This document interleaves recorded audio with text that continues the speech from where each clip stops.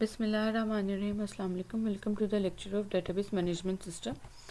इसमें हम लोग कैंडिडेट की के बारे में पढ़ेंगे। Uh candidate key is a very important topic in concept of a database. Candidate key के बारे में डिस्कस करने से पहले we will know about the key, only की।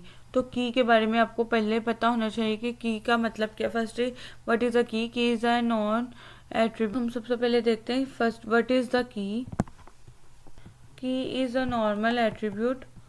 ठीक है, यहाँ पे मैंने लिखा भी, अगर मैं एक टेबल लेती हूँ, जैसे मेरे पास एक स्टूडेंट टेबल है, स्टूडेंट का नेम है, स्टूडेंट का सिटी और एज आ रहा है, तो एज उसके अंदर मैंने रोज इंसर्ट की, तो key is one of the attribute in this table. But key का यूज़ क्या है? यूज़ है यूनिकली आइडेंटिफाई कर two tuples in the table. मतलब uniquely identify any two tuples in the table means अगर मेरे पे टेबल में दो रोज़ हैं, एग्जैक्टली सेम हो जाए, दो रोज़ मतलब एग्जैक्टली सेम हो जाए, तो यहाँ पे कंफ्यूजन आएगी। जैसे यहाँ पे मैं अगर एक और डाटा एंटर कर दूँ तो हो सकता है कि इसका जो है डाटा दो दफ़ा जो है रिपीट हो गया, मतलब दो अलग अलग जो है बाय कोइंसिडेंस उसकी वैल्यू सेम है, मतलब नेम सेम हो सकता है। तो हम डेटाबेस को यूज़ करते हैं ऑनलाइन हम डेटाबेस को यूज़ कर रहे होते हैं, तो बहुत मुश्किल जो है आइडेंटिफाई करना कि क्या ये सेम है जो दो दफ़ा लिखा हुआ है या दो अलग अलग लोग हैं।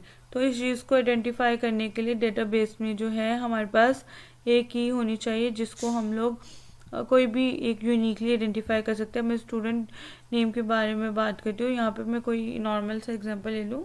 स्टूडेंट टेबल के अंदर बहुत सारे एट्रीब्यूट्स हो सकते हैं, जैसे उसका नेम, आईडी, उसका रोल नंबर, उसका फादर नेम, उसका मतलब बहुत सारे हो सकते हैं। We have multiple attributes but what can be the key means which can uniquely identify any two tuples.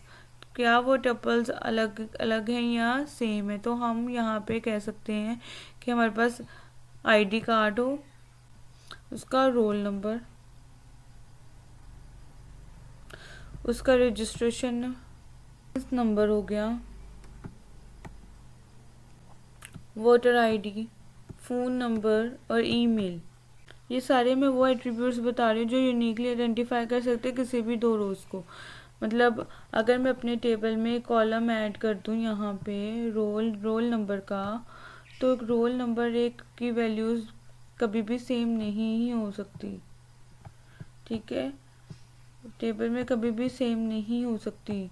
तो अगर सारी की सारी वैल्यू सेम हो तो एक कॉलम ऐसा होगा जिसमें वैल्यूज़ अलग होंगी। यहाँ पे मुझे कन्फ्यूजन है, क्या ये ऑलरेडी दो अलग अलग हैं या सेम स्टूडेंट है। मैं उसके रोल नंबर पे चेक करूँगी कि जैसे ही मैंने रोल नंबर देखा 1 और 4, तो मुझे ये होगा श्योरिटी मिल गई ये दो अलग अलग स्टूडेंट्स हैं, बट कोइंसिडेंस फ्रॉम ये सेम सिटी और सेम एज ग्रुप से है। ठीक है, ऐसे ही जो है आईडी कार्ड को हम यूज़ कर सकते हैं, लाइसेंस नंबर को, वोटर आईडी को यूज़ करते हैं, फ़ोन नंबर को यूज़ करते हैं।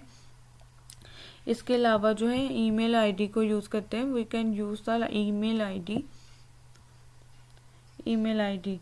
तो बिकॉज इन सारे की वैल्यूज़ कभी भी रिपीट नहीं हो सकती। अगर दो नंबरों का रोल नंबर अलग होगा, लाइसेंस भी अलग होगा, दो का हमेशा वोटर आईडी कार्ड भी अलग होगा।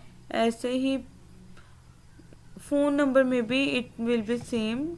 तो इन सारी वैल्यूज़ को जो है हम लोग कह सकते हैं कि इन सारों को सेट देखा जाए तो इन सारों को सेट को we can call candidate key. Voter ID, license आई मतलब, and we have roll number, we have phone number, we have email ID, collection of all things।